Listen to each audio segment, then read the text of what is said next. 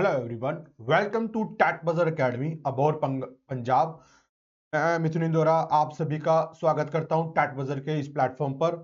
साथियों, जैसे कि आप सभी को आप इस बात से भली भांति परिचित हैं कि हम जो है समय समय पर आपसे जो है एमसीक्यू डिस्कस करते हैं। उसी क्रमानुसार को आगे बढ़ाते हुए अब हम जो है आगे जो है 30 नंबर जो है हमारा एमसीक्यू स्टार्ट करने जा रहे हैं, जिसमें आपके लिए बहुत ही अधिक महत्वपूर्ण प्रश्न रहने वाले हैं।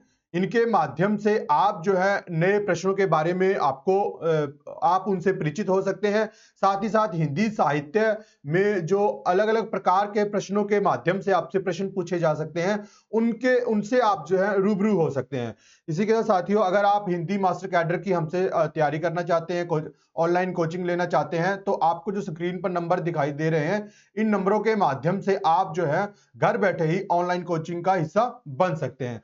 साथ ही साथ साथियों, आप सभी को मालूम है कि पंजाब भर में जो मास्टर मिस्टर कैडर की 4161 लेक्चर आर कैडर की हिस्ट्री और पॉलिटी के क्रमानुसार 142 और 72, ईटीटी 5994, आर्ट एंड क्राफ्ट 250 और पीटीआई 2000 जो अभी पोस्टें जो हैं, जो वैकेंसी अभी डोमेन में चल रही है, उनके लिए आप अगर घर बैठे ही ऑनलाइन कोचिंग लेना चाहते हैं, ठीक है, ऑनलाइन कोचिंग माध्यम को अपनाना चाहते हैं, तो आप हमारे प्लेटफॉर्म को अपना सकते हैं। इसके लिए आपको जो है स्क्रीन पर नंबर दिखाई दे रहे हैं, इनके माध्यम से आप जो है हमसे संपर्क कर सकते हैं और अपनी जो है अच्छी से तैयारी घर बैठे ही कर सकते हैं ऑनलाइन कोचिंग के माध्यम से। इसी के साथ साथियों, अब हम जो है हिंदी साहित्य से संबंधित हमारा जो मास्टर कैडर है पंजाब में, ठीक है, उनसे संबंधित हम जब इस पेपर की तैयारी कर रहे हैं, तो सबसे पहला हमारा जो प्रथम नंबर का क्वेश्चन है, वो हमसे ये कह रहा है कि इनमें से कौन सा नाटक उपेंद्र नाथ अशक का है। या अब इनमें से हमने बताना है कि कौन सा एक नाटक है जो कि उपेंद्र नाथ अशक जी का है। ठीक है, अब मैं ये प्रश्न के माध्यम से और प्रश्न के अनुसार ही ये बोल रहा हूं कि एक देखते हैं हम कौन सा है या सारे इनके हैं।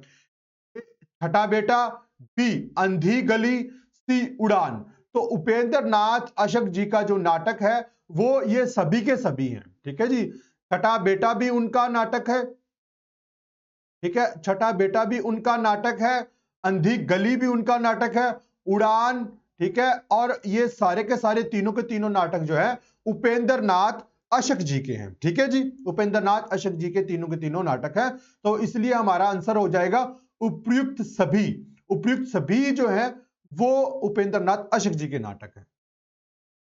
पुत्रों की स्वार्थपरता को कथानक का आधार बनाकर लिखा गया नाटक छठा बेटा किस नाटककार का है। ये पुत्रों की स्वार्थ प्रथा को बनाकर, यानी कि पुत्र की जो स्वार्थीपन है उनको कथानक का आधार बनाया गया है। तो ऐसा नाटक जो है छठा बेटा, वो नाटक किसका है। अभी साथियों हमने जो फर्स्ट नंबर का क्वेश्चन किया था, आप चाहे तो उसको भी देखकर इसका आंसर आप जो है ज्ञात हो सकता है आपको। ए उपेंद्र नाथ अशक, बी लक्ष्मी नारायण मिश्र, सी उदय शंकर भट्ट और डी वृंदावन लाल वर्मा। तो हमारा आंसर होगा उपेंद्र नाथ अशक। उपेंद्र नाथ अशक जी हैं, उन्होंने क्या किया, कथानक का आधार बनाकर किसको, पुत्रों की स्वार्थपरता को, स्वार्थीपन को आधार बनाकर छठा बेटा नाटक लिखा, तो वह उपेंद्र नाथ अशक जी। तो ए ऑप्शन हमारा बिल्कुल राइट आंसर है। चलते हैं जी आगे। आगे चलते हैं जी। बुद्ध के जीवन चरित्र को आधार बनाकर लिखा गया नाटक मुक्ति पथ किस नाटककार का है। बुद्ध के जीवन चरित्र को आधार बनाकर लिखा गया नाटक मुक्ति पथ है, वो उसका नाटककार कौन है, हमने ये बताना है साथियों। ठीक है, ए ऑप्शन में हमारे पास है उपेंद्र नाथ अशक, बी में हमारे पास है उदय शंकर भट्ट, तो सी में हमारे पास है वृंदावन लाल वर्मा और डी में है जयशंकर प्रसाद। तो आप सभी को ये पूर्ण रूप से ज्ञात है, जब हमने बिल्कुल नाटक का जो अध्ययन किया तब हमें ये ज्ञात हुआ था कि हमने जो मुक्ति पथ जो नाटक है वो किसके द्वारा लिखित है, उदय शंकर भट्ट जी द्वारा। उदय शंकर भट्ट जी द्वारा लिखित नाटक है मुक्ति पथ। मुक्ति पथ जो है वो उदय शंकर भट्ट का नाटक है, तो इसलिए हमारा बी ऑप्शन जो है साथियों बिल्कुल राइट आंसर है। उदय शंकर भट्ट, उदय शंकर भट्ट जी ने मुक्ति पथ लिखा। प्रियदर्शी सम्राट अशोक नामक नाटक की रचना इनमें से किसने की है? प्रियदर्शी, तो प्रियदर्शी सम्राट जो अशोक नामक नाटक की रचना किसने की है? ए विष्णु प्रभाकर। बी में हमारे पास है वृंदावन लाल वर्मा। सी दशरथ ओझा। डी चतुरसेन शास्त्री। तो प्रियदर्शी सम्राट अशोक नामक नाटक की रचना जो है वो किसने की थी? तो वो साथियों की थी हमारी दशरथ ओझा जी ने। तो श्री दशरथ ओझा जी ने प्रियदर्शी सम्राट अशोक नामक नाटक की रचना की थी। तो सी ऑप्शन हमारा बिल्कुल राइट आंसर है, दशरथ ओझा। युगे युगे क्रांति नामक नाटक के रचयिता कौन है? युगे युगे क्रांति, युगे युगे क्रांति नामक नाटक के रचयिता कौन है? ए धर्मवीर भारती। बी मोहन राकेश। सी विष्णु प्रभाकर। डी जगदीश चंद्र माथुर। तो युगे युगे क्रांति जो नामक नाटक है वो जो है नाटक सी विष्णु प्रभाकर जी का, विष्णु प्रभाकर जी ने लिखा युगे युगे क्रांति। ठीक है जी, युगे युगे क्रांति नामक नाटक जो है वो विष्णु प्रभाकर जी द्वारा रचित माना जाता है। तो सी ऑप्शन हमारा बिल्कुल राइट आंसर है। पीढ़ीगत संघर्ष की अभिव्यक्ति विष्णु प्रभाकर के किस नाटक में है? पीढ़ीगत संघर्ष की अभिव्यक्ति विष्णु प्रभाकर के किस नाटक में है? ए टूटते परिवेश। बी युगे युगे क्रांति। सी डॉक्टर। डी इसमें से कोई नहीं या किसी में नहीं, यानी कि ठीक है। तो पीढ़ीगत संघर्ष की जो अभिव्यक्ति हुई है विष्णु प्रभाकर जी के नाटक में वो हमारे पास है युगे युगे क्रांति।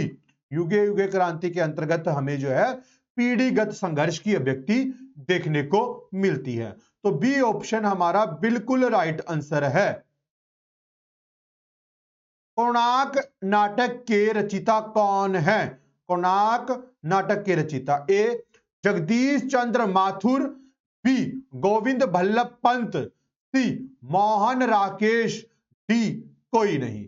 तो कोणार्क नाटक के रचयिता कौन है? तो कोणार्क नाटक के रचयिता है जगदीश चंद्र माथुर। जगदीश चंद्र माथुर जी जो है उन्होंने जो लिखा कोणार्क नाटक, कोणार्क नाटक किनके द्वारा रचित है? जगदीश चंद्र माथुर जी के द्वारा। ए ऑप्शन हमारा बिल्कुल राइट आंसर है जी, जगदीश चंद्र माथुर।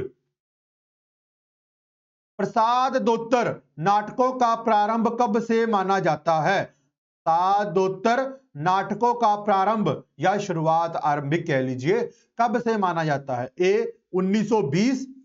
बी ऑप्शन में हमारे पास है 1936। सी 1950 या डी 1975। तो प्रसादोत्तर नाटकों का जो प्रारंभ माना जाता है साथियों वो माना जाता है सी ऑप्शन 1950। सी ऑप्शन 1950 प्रसादोत्तर नाटकों का प्रारंभ माना जाता है। ठीक है जी। प्रभु सत्ता संपन्न शासक एवं गरीब शिल्पी की संघर्ष कथा इनमें से किस नाटक की विषय वस्तु है? तो कौन सा है जो इसमें प्रभु सत्ता संपन्न शासक है और गरीब शिल्पी की संघर्ष जो है इनका वर्णन किया गया है? तो ए पहला राजा। बी कोणार्क। सी शारदीय। डी दशरथ नंदन। ठीक है जी। तो ये हमारा सही आंसर हो जाएगा प्रभु सत्ता संपन्न शासक एवं गरीब शिल्पी संघर्ष जो है तो नाटक की विषय वस्तु बी ऑप्शन हमारा है कोणार्क।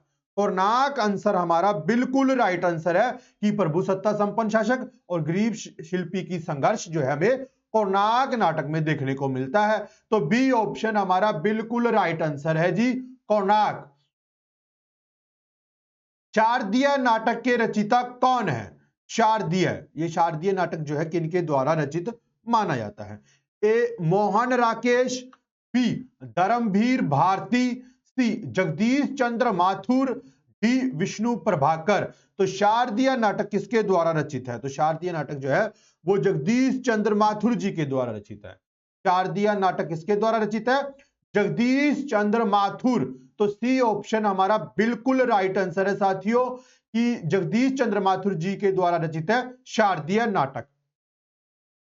इनमें से कौन सा नाटक मोहन राकेश का है? इनमें से कौन सा नाटक मोहन राकेश का है। आधे अधूरे बी कोणार्क, सी आठवां सर्ग, डी पहला राजा। तो इनमें से जो मोहन राकेश जी का नाटक है साथियों वो है आधे अधूरे। आधे अधूरे मोहन जी का बहुत ही अधिक सुप्रसिद्ध नाटक है।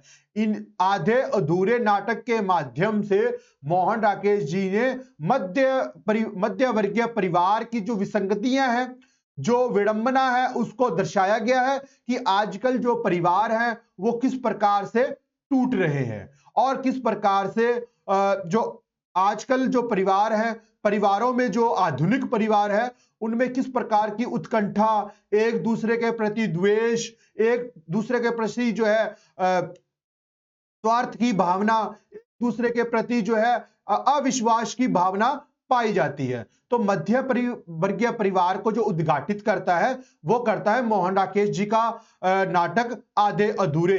ये इनका सुप्रसिद्ध नाटक माना जाता है। तो हमारा जो सही आंसर है साथियों वो ए ऑप्शन है। आधे अधूरे मोहन राकेश जी का सुप्रसिद्ध नाटक है। ए ऑप्शन बिल्कुल राइट आंसर है। निम्नलिखित सूचियों को सुमिलित करते हुए सही विकल्प का चयन कीजिए। अर्थात कहने का भाव यह है कि एक और तो हमारे पास नाटक है, दूसरी ओर हमारे पास नाटककार है। ठीक है, तो दूसरी ओर हमारे पास क्या है? नाटककार। तो इसी प्रकार से हम साथियों देखेंगे तो लहरों के राजहंस, तो लहरों के राजहंस किसके द्वारा रचित नाटक है? लहरों के राजहंस। तो लहरों के राजहंस जो है वो नाटक जो माना गया है मोहन राकेश जी का। तो हम यहां जो है एक लगा देते हैं साथियों। ठीक है, अंधा युग ये धर्मवीर भारती जी का है। ठीक है, ये धर्मवीर भारती जी का है। हम यहां दो लगा देते हैं। क्यों लगा देते हैं दो? क्योंकि नाटक का जब नाम है ना वो इस सीक्वेंस में है कि क्रमानुसार ये है अंधा युग 2 नंबर पर है, हमने धर्मवीर भारती के समक्ष जो है 2 नंबर लगा दिया। ठीक है, लहरों के राजहंस मोहन राकेश जी का है, हमने यहां पर 1 नंबर लगा दिया। आठवां सरग नाटक जो है सुरेंद्र वर्मा जी का है, हम यहां 3 लगा देते हैं। 3 नंबर हम यहां लगा देते हैं। तेंदुआ जो है वो मुर्दा राक्षस जी का है, तो हम यहां 4 लगा देते हैं। ठीक है साथियों, तो ये हो गया हमारा आंसर।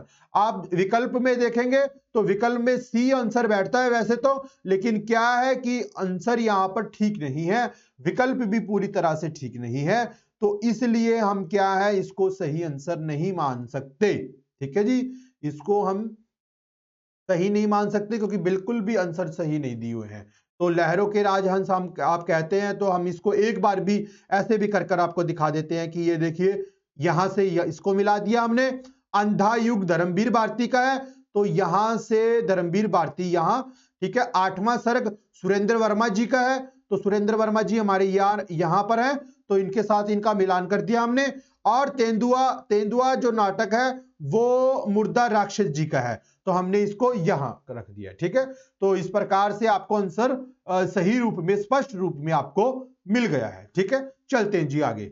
इसी के साथ साथियों अगर आप हमारे फ्री व्हाट्सएप ग्रुप का हिस्सा बनना चाहते हैं तो आपने बड़ा ही आसान सा कार्य करना है कि सबसे पहले अपना नेम, फिर पेपर यानी कि हिंदी साहित्य के मास्टर कैडर की आप हमसे तैयारी करना चाहते हैं तो हिंदी मास्टर कैडर आप उसको ना टाइप कर दीजिएगा। सिटी यानी कि अपने शहर का नाम, अगर आप किसी गांव से संबंध रखते हैं, संबंधित हैं, फिर भी अपने गांव का नाम आप टाइप कर सकते हैं।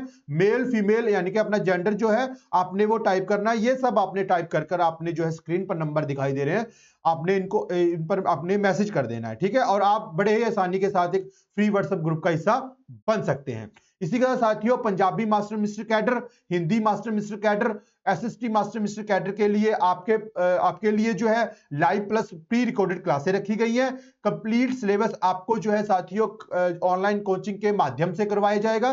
साथ ही साथ टॉपिक वाइज थ्योरी के साथ साथ आपको टॉपिक वाइज एमसीक्यू भी देखने को मिलेंगे, क्योंकि साथियों टॉपिक वाइज एमसीक्यू जब हम करते हैं तो हम कहीं ना कहीं हमारी जो तैयारी है वो बखूबी रूप में होती है, बड़े अच्छी रूप में होती है। साथ ही साथ हमें ये भी ज्ञात हो जाता है कि किस प्रकार के प्रश्न हमें आगामी परीक्षा में देखने को मिल सकते हैं और किस प्रकार से जो है हमारी गत परीक्षाएं हुई हैं उनमें किस प्रकार के प्रश्न हमसे पूछे गए हैं। ठीक है, तो हमारे टॉपिक वाइज एमसीक्यू करवाने का जो उद्देश्य यही है कि आपको बिल्कुल टॉपिक वाइज एमसीक्यू दिए जाएं ताकि आपकी अच्छे से तैयारी हो सके। इसी के साथ साथियों, अगर आप फ्री डेमो देखना चाहते हैं तो आपने सबसे पहले गूगल प्ले स्टोर से टैट बजर ऐप को जो है आपने इंस्टॉल करना होगा। तत्पश्चात आप हमारा एक डेमो देख सकते हैं और डेमो देखने के तत्पश्चात आप जो है हमें ज्वाइन कर सकते हैं। ठीक है, चलते हैं जी आगे।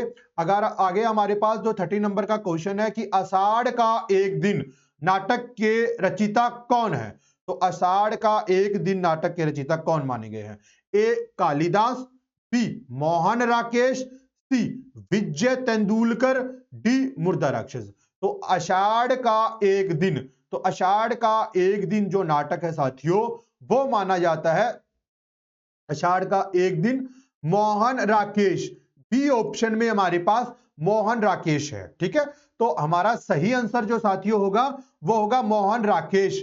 ठीक है जी। महाकवि कालिदास के जीवन पर आधारित मोहन राकेश का नाटक कौन है, कौन सा है। ए आषाढ़ का एक दिन, बी लहरों के राजहंस, सी आधे अधूरे, डी कोई नहीं। तो महाकवि कालिदास के जीवन को जो नाटक रचा गया वो है आषाढ़ का एक दिन।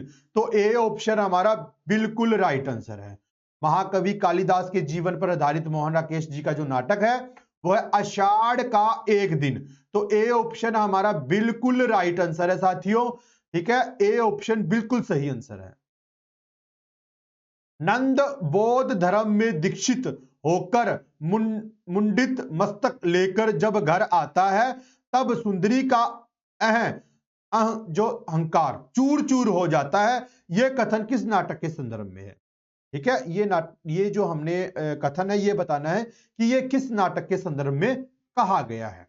ए आधे अधूरे, बी आषाढ़ का एक दिन, सी लहरों के राजहंस, डी किसी में नहीं, यानी कि कोई भी नहीं इसमें आंसर। ठीक है, तो हमारा आंसर सही आंसर क्या होगा, हमारा सही आंसर होगा लहरों के राजहंस। लहरों के राजहंस में जो है नंद बौद्ध धर्म में दीक्षित होकर मुंडित मस्तक लेकर, यानी कि अपना मुंडित जो सिर है उसको लेकर जब घर आता है तब सुंदरी का अहं चूर चूर हो जाता है। यह पंक्ति जो है लहरों के राजहंस की है। तो सी ऑप्शन हमारा बिल्कुल राइट आंसर है जी।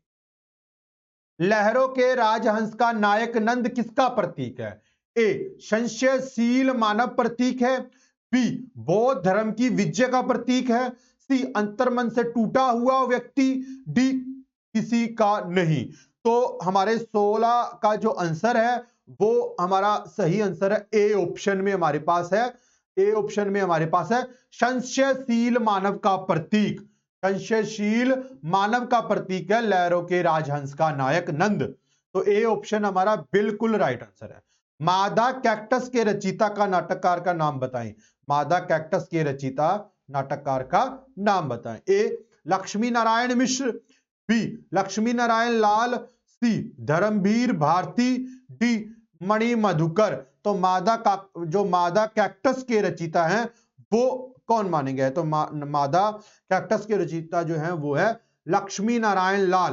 तो बी ऑप्शन हमारा बिल्कुल राइट आंसर है। लक्ष्मी नारायण लाल जी जो है वो मादा कैक्टस के रचयिता माने गए हैं।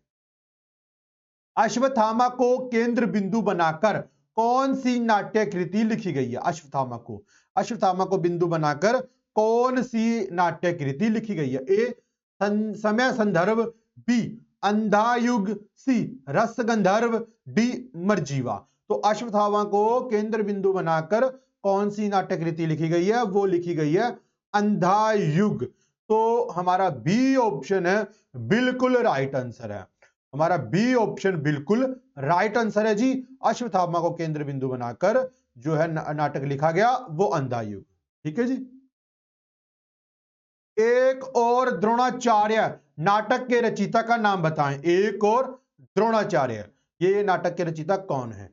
ए लक्ष्मी नारायण लाल, बी सुरेंद्र वर्मा, सी मणि मधुकर, डी शंकर शेष। तो एक और जो द्रोणाचार्य नाटक है वो नाटक रचित है साथियों डॉक्टर शंकर शेष के द्वारा। तो एक और द्रोणाचार्य जो नाटक है वो दो कथाओं को समकालीन चलता है, ठीक है। एक तो प्राचीन द्रोणाचार्य की कथा, एक जो है आधुनिक कथा, ठीक है।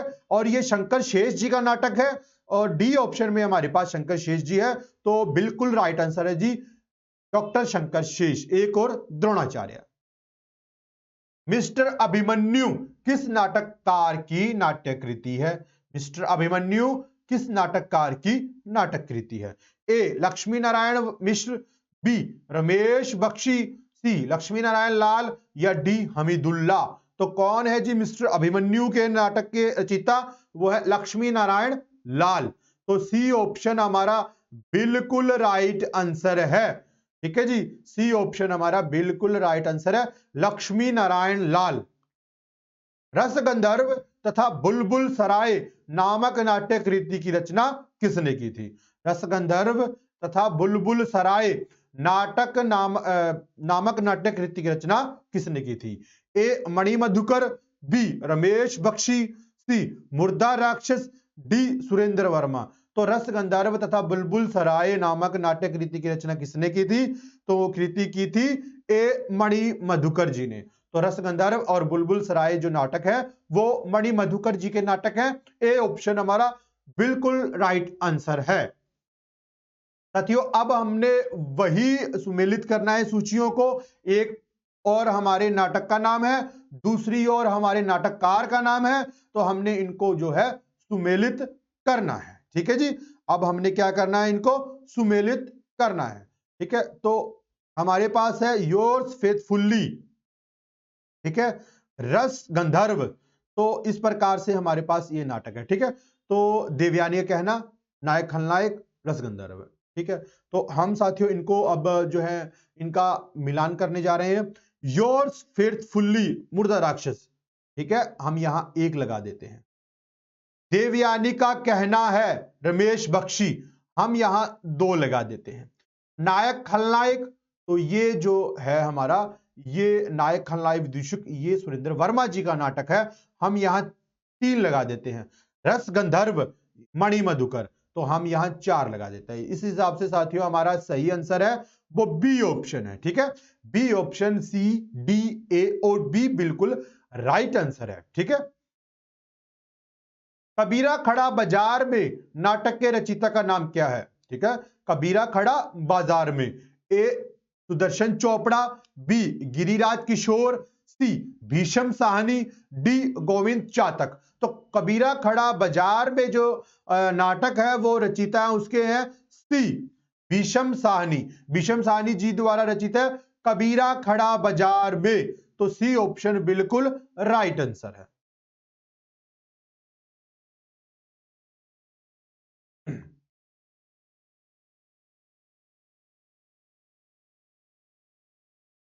घाटियां गूंजती है नाटक के रचयिता कौन है? घाटियां गूंजती है। ए मुलकराज आनंद, बी धर्मवीर भारती, सी सर्वेश्वर दयाल सक्सेना, डी शिव प्रसाद सिंह। तो घाटियां गूंजती है तो ये किसके द्वारा रचित है? तो घाटियां गूंजती है नाटक है शिव प्रसाद सिंह, ठीक है जी। डी ऑप्शन बिल्कुल राइट आंसर है, घाटियां गूंजती है। तो शिव प्रसाद सिंह का द्वारा रचित नाटक है घाटियां गूंजती है, ठीक है।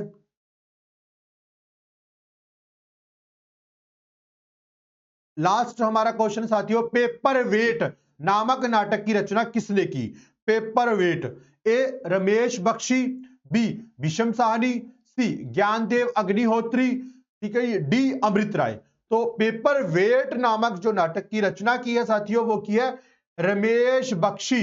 ए ऑप्शन हमारा बिल्कुल राइट आंसर है, पेपर वेट नामक नाटक की रचना रमेश बख्शी जी ने की। ए ऑप्शन बिल्कुल सही आंसर है, ठीक है जी। हाँ जी, चलते हैं जी आगे।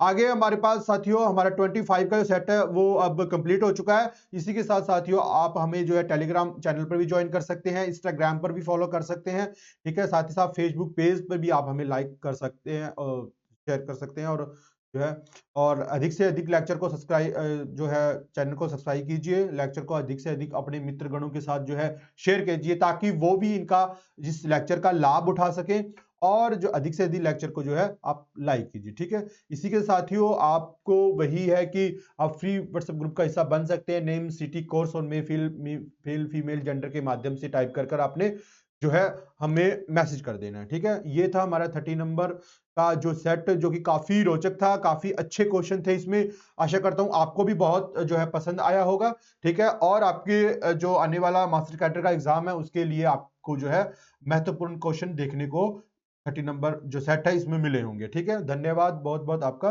मिलते हैं जी नेक्स्ट लेक्चर में। ठीक है, अधिक से अधिक आप जो है इस लेक्चर को शेयर कीजिए। ठीक है जी, धन्यवाद।